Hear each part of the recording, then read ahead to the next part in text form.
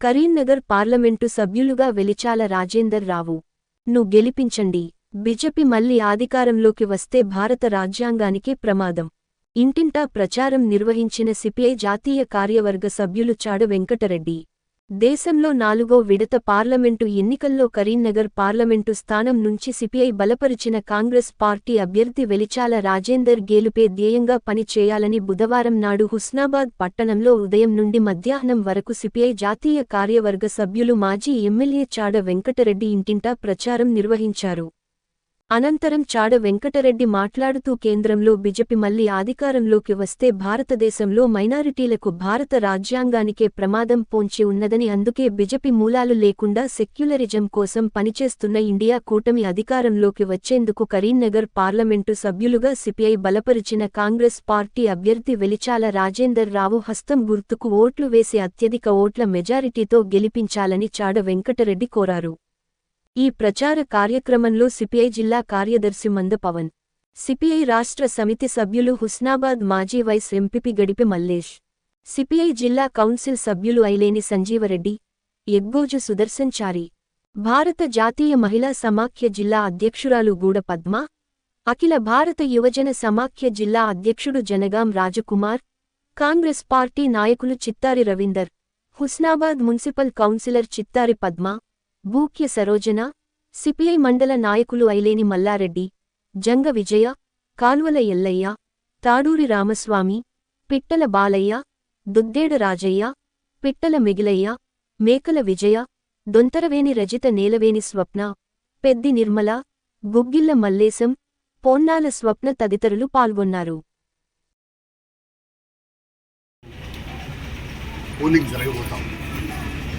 ఇప్పటికే 3 విడతల పోలింగ్ అయిపోయి 4వ విడత, ఆ తర్వాత ఇంకా 3 విడతల పోలింగ్ అంటే 7 విడతల పోలింగ్ ఉన్నాయి.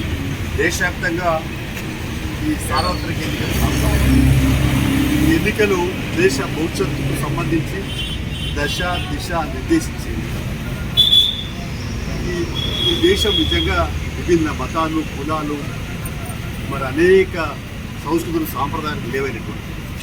అయితే మోడీ వచ్చిన తర్వాత మొత్తం లౌకిక వ్యవస్థకే భంగం కలిగిస్తూ ఉన్నాడు. మతాల మధ్య కొట్లాటలు పుట్టిస్తూ ఉన్నాడు. ముస్లిం రిజర్వేషన్ రద్దు చేస్తూ అంటున్నాడు. అంటే రకరకాలుగా ఈ మత చిచ్చు పెట్టేటువంటి పరిస్థితి తీసుకొస్తా ఉన్నాడు. అందులో ఈ దేశ సమగ్రతకే సమైక్యతకే ముప్పు వాటికే ప్రమాదం ఉన్నది. రాజ్యాంగాన్ని మారుస్తా అంటే ఇక పౌరాకులు ఉన్నాయి. రేపు రాజ్యాంగం మారిస్తే మన భవిష్యత్తు ఏమిటి? ఓటక్కులు ఉండదు.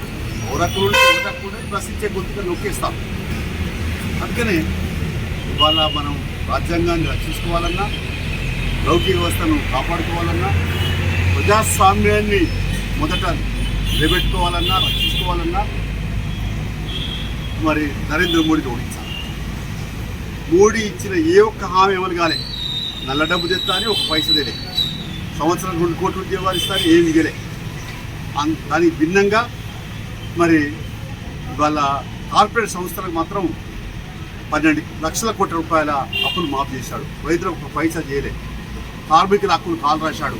అందుకని అమాలి కార్మికులు, రిక్షా కార్మికులు, లేదా మరి భవన నిర్మాణ కార్మికులు, మరి అసంఘటిత రంగ కార్మికులు అందరూ కూడా ఆలోచించుకోవాలి. ఇవాళ ఏంటంటే 44 కార్మిక చట్టాలను రద్దు చేసి 4 కోట్లకి విధించారు. ఇక ఎస్సీ, బీసీ, మైనార్టీలకు సంబంధించి సామాజిక న్యాయం కొరబడి ఇలాంటి అనేకమైనటువంటి నరేంద్ర మోడీ ప్రజా వ్యతిరేక విధానాలను మరి ఎండగట్టాలంటే, లేదా నరేంద్ర మోడీ గుణపాఠం చెప్పాలంటే నరేంద్ర మోడీ ఓడించాలి, అంటే బీజేపీ ఓడించాలి. బండి సంజయ్ కూడా పార్లమెంట్ సభ్యుడిగా, ఆయన పార్లమెంట్ సభ్యుడిని చాలామంది తెలియకపోవచ్చు. అలాంటి పరిస్థితి ఉన్నది. ఆయన నోరు తెరిస్తే బూతు మాటలు తప్ప వేరే మాటలు మాట్లాడే పరిస్థితి లేదు. సభ్య సమాజం తగ్గించుకునే పరిస్థితి ఉంటుంది. అందువల్ల అట్లాంటి ఓడించడం తప్ప మార్గం లేదు. ఆయన ఏం చేసేది లేదు. అందువల్ల మరి పొన్నం ప్రభాకర్ కార్పొరేట్ మన ఏది దానికి మన పాస్పోర్ట్ ఆఫీస్ తీసుకొచ్చినాడు, లేకపోతే రైలు తీసుకొచ్చినాడు, ఇలాంటివి కొన్ని చేసినా ఇది వేసి తెలంగాణకు కొట్లాడినాడు. ఎందుకంటే ఇక ఈ టీఆర్ఎస్ సంబంధించి మనం చెప్పనక్కర్లేదు. కేసీఆర్ అహంభావం, అహంకారమే ప్రత్యేక తెలంగాణ కొరకు సిపిఐ పోరాడింది, కాంగ్రెస్ పార్టీ ఇచ్చింది. అయినా కూడా మరి కేసీఆర్ ఏదో ఆ ఆకాంక్షలను నిరోధకాలు ఇచ్చాడు.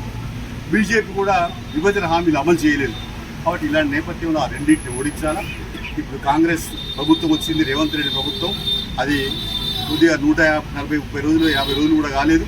అయినా కొన్ని ప్రజాపాలన అందిస్తున్నారు. అహంభావం లేని, అహంకారం లేని ప్రజాస్వామ్య పద్ధతుల్లో పరిపాలన సాగుతున్నది. ఇంకా యువకుడు నేను బాగా చేస్తా అని చెప్పి ప్రజలకు హామీ ఇస్తున్నాడు. మాట నిలబెట్టుకునేటువంటి నమ్మకం యావత్ మంది ప్రజల్లో ఉంది. కాబట్టి మరి ఆయన బలం చేకూరాలంటే, అంటే కాంగ్రెస్ ప్రభుత్వానికి బలం చేకూరాలంటే పార్లమెంట్లో మెజార్టీ సీట్ గెలవాలి. కేంద్రంలో కూడా కాంగ్రెస్ గవర్నమెంట్, యూపీఏ అంటే ఇండియా కూటమి గవర్నమెంట్ వస్తే బాగుంటుంది. ఇండియా కూటమిలో కూడా సిపిఐ వామపక్షాలు ఉన్నాయి. కాబట్టి తప్పనిసరిగా ఇండియా కూటమి గెలవాలి. అలాగే ఇక్కడ మరి తప్పనిసరిగా ఇక్కడ 14 సీట్లు గెలిస్తేనే మరి కాంగ్రెస్ ప్రభుత్వానికి బలం ఉంటుంది. కాబట్టి ఇక్కడ కూడా వెంచాల రాజేందర్ రావు చేకూర్చుపైన భారీ మెజార్టీ ఓటేసి హుస్నాబాద్లో కాంగ్రెస్ గెలిచింది, సిపిఐ బలపరిచింది. ఇప్పుడు కూడా సిపిఐ అండగా ఉన్నది కాబట్టి బలపరుస్తుంది. మేము ఇంటింటి ప్రచారం తిరుగుతూ ఉన్నాం. తప్పనిసరిగా సిపిఐ శ్రేణులు మరింత ఇవాళ వచ్చి మరి ఇంటింటి ప్రచారానికి శ్రీకారం చుడతారు. రేపు జన్లుబాడి ఉన్నది.